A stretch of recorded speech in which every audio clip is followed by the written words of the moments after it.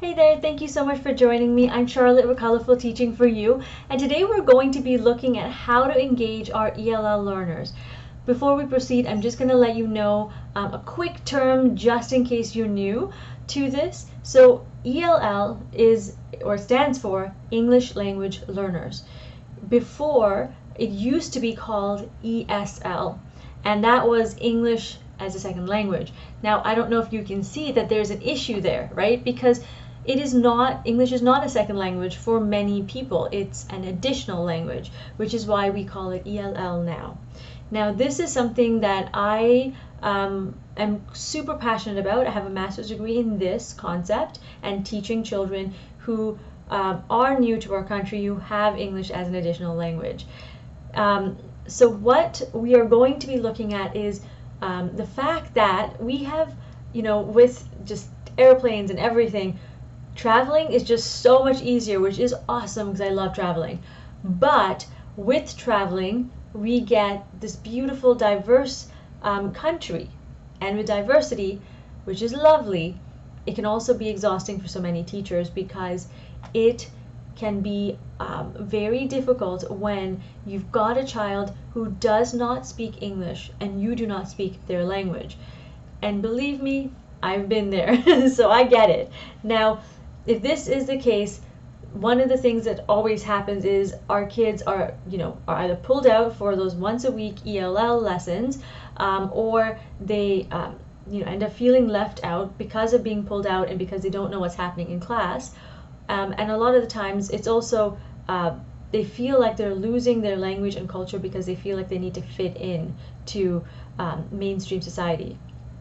So we want to be able to avoid that, and if that does need to take place, like being pulled out of school, or not school, but out of class, how can we help them accelerate their growth to a point where we minimize this, so that if they, instead of being pulled out for the entire year or for 5 years, right? And some kids have been pulled out for 5 years. I remember in elementary, this was the case for me. Well, I didn't go through it, but I know a lot of people that did. So instead of having them being pulled out for 5 years, how do we get it to a point where it's 6 months? I know that's a huge difference, but it's possible.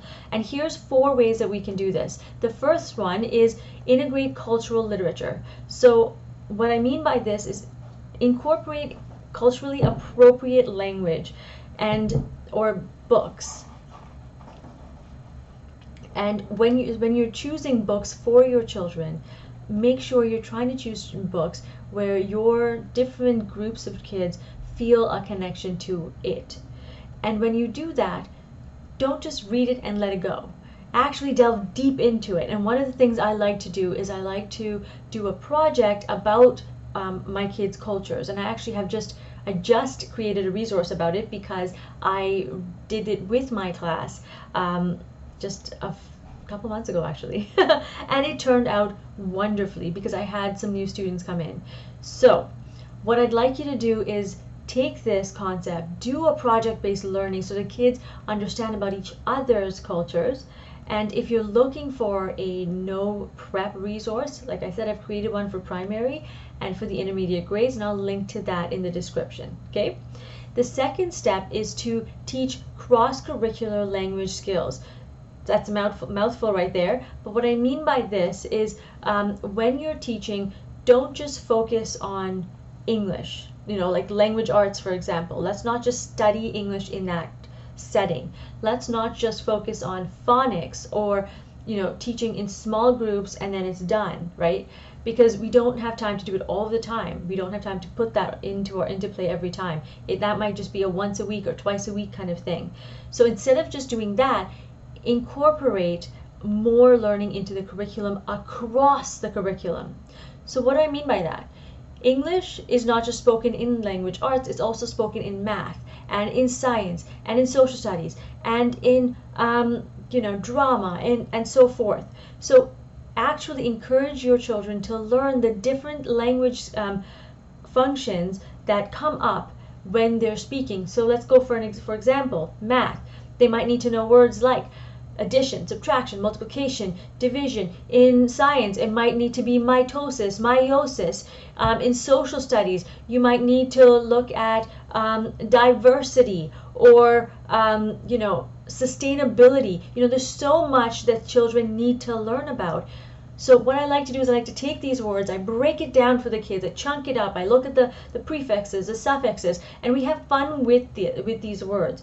And by the end, these kids have learned all of the different words, and they know how to break it up, they know the meanings of different parts, that they can combine these words to form new words. So take your time. Like, you may not be able to do it all right away, but just pick and choose which ones you can do, and then incorporate it over time into your curriculum.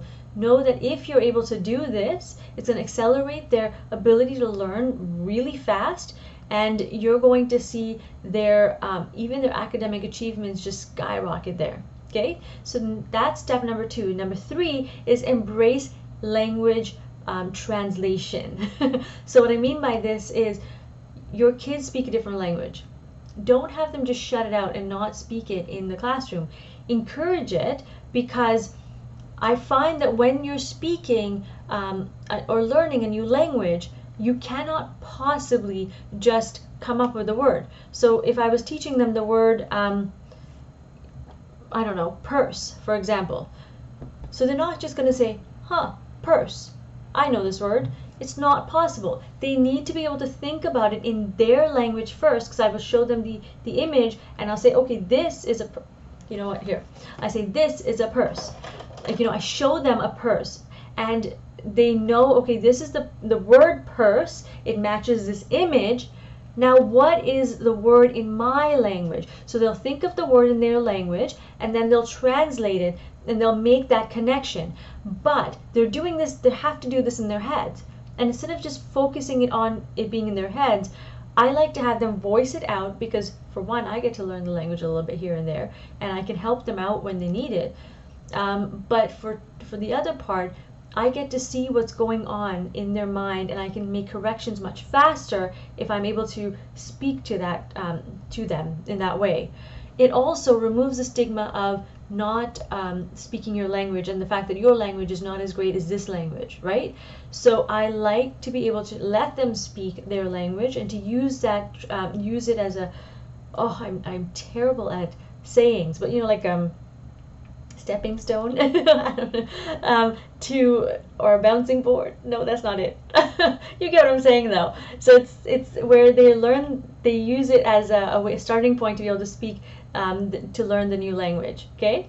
And one of the other things I do here is, if there's another child that speaks the same language or this has the same dialect as them, I pair them together. So I encourage them to speak their language, but I also know that that other child might be able to support this child when they're learning their new language. Okay, so that's step number 3. Number 4 is differentiate the main curriculum. I do not put any of my kids on an entirely different curriculum because I think they're not capable, or I think they have to learn the new language, and therefore I'll wait until they get it, and then I might, come back to the curriculum that they should have learned before.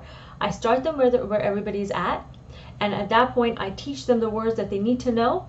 I teach them the language. I teach them, anything that they need as a building block, and then I move them to where everybody else is, so that they're not always feeling behind.